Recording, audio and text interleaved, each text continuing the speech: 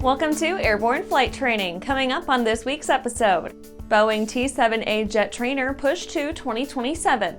U.S. Army brass addresses aviation stand down.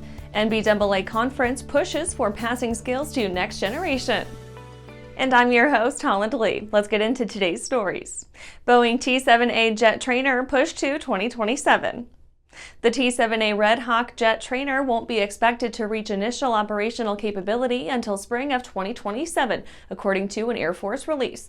The aircraft was supposed to be the next-generation replacement for the long-in-the-tooth but venerable T-38 Talon.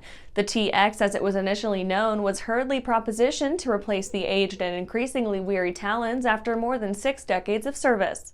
When slated for adoption, the Air Force planned to have the Red Hawk in service in fiscal year 2020.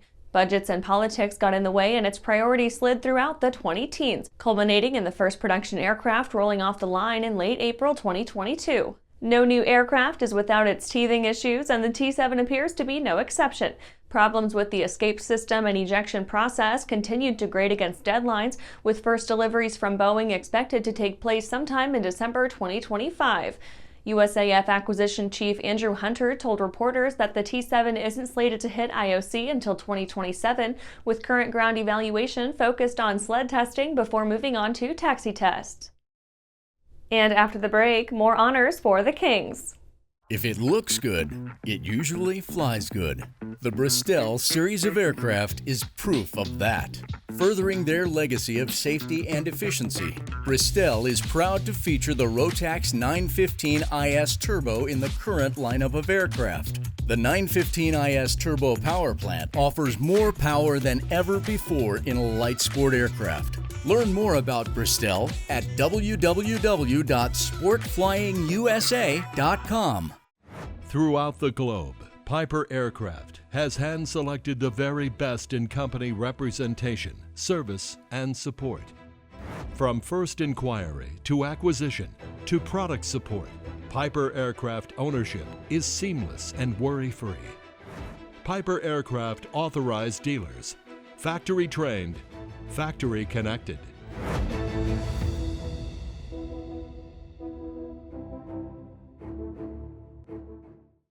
Welcome back. Now let's take a trip around the patch for some shorter stories. More honors for the Kings, this time from WAI. I hang around with Martha is how John King introduces himself when he and Martha take the stage at public events. It proved to be true in a new sense in February when the Kings were inducted together into Women in Aviation International's Pioneer Hall of Fame. John King found himself the first and only man in the company of more than 100 trailblazing women, the likes of Amelia Earhart, Anne-Morrow Lindbergh, and astronaut Sally Ride, who have made their marks in the history of aviation. FedEx flight helmed by mother-daughter combo. Terry Eidson and Nicole McAllister became the first mother-daughter duo to pilot an international flight, according to FedEx personnel. The pilots took FedEx Flight 5434 from the carrier's main hub at Memphis International Airport to Incheon, South Korea. The 14-hour flight preceded Mother's Day by a few weeks, but offered a unique opportunity for a family moment seldom seen in the industry. In recounting their experience to journalist Channing Reed, they said the idea of being a first in aviation history hadn't quite sunk in. Iowa Lakes Community College updates Skyhawk fleet with turnkey panel overhaul. Iowa Lakes Community College aviation program is moving to standardize their fleet of Cessna 172s with a quick, turnkey package that changes out the stock analog gauges with a suite of dine-in panels. The school has 11 Skyhawks of various vintages, with 9 172Ms, an L, and a K parked on their flight line. Bringing them to modern spec will be completed by 6-pack Aero's Legacy XL stationary panel kit, retrofitting each cockpit with a 10-inch and a 7-inch Skyview HDX panel. Key Aviation Bill reintroduced in-house. A measure supported by a large segment of the aviation industry has been reintroduced in the U.S. House of Representatives by a bipartisan group comprising 48 legislators. H.R. 2879, which supports the establishment of the National Center for the Advancement of Aviation, was introduced on April 27th by Representative Andre Carson, Democrat of Indiana, and Representative Pete Stauber, Republican of Minnesota, with 46 co-sponsors. The center would focus on 4 primary areas: aviation and aerospace STEM curriculum, workforce development, economic and safety data and research sharing, and a forum for cross-disciplinary collaboration. Well, that's it for today's Trip Around the Patch. Let's get back to the rest of the news. U.S. Army brass addresses aviation stand-down.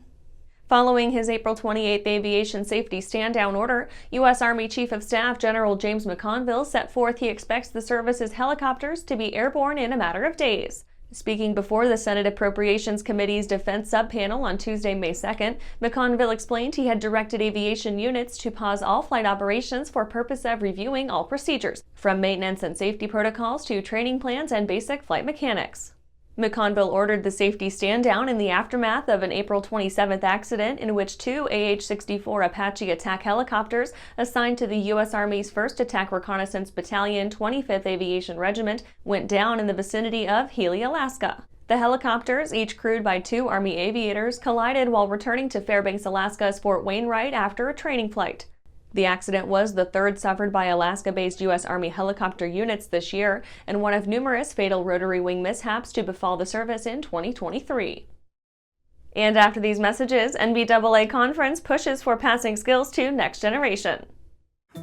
Well, hello, fellow pilot. I'm John King.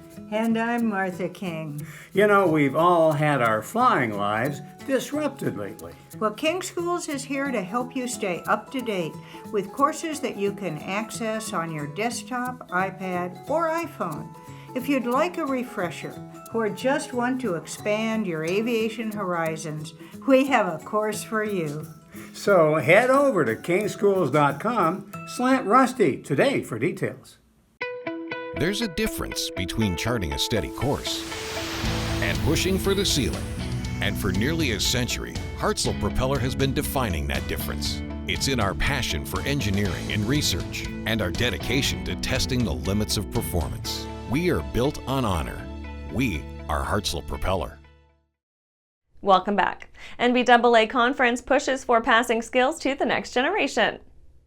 The recent NBAA Maintenance Competition helped to highlight the organization's desire to bring up future personnel, providing students a chance to show off their skills and nab some helpful scholarships. The competition saw more than 60 students from 5 schools come together to pit their skills against one another, followed by a keynote speech by Barrington Irving. He pushed the kids to enter the business aviation world, saying there was much to offer.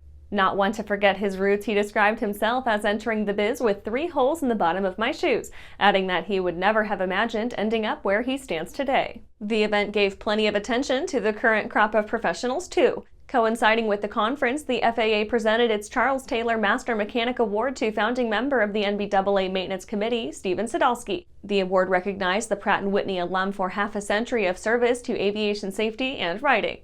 Additional events provided more than 1,100 attendees plenty of chances to earn credits for their Certified Aviation Manager and Inspector Authorization certifications. And that's our show for today. You can catch episodes of Airborne on YouTube, Roku, or Fire TV. Just search for Aero-News or Airborne, and don't forget to follow us on social media. Thanks for watching!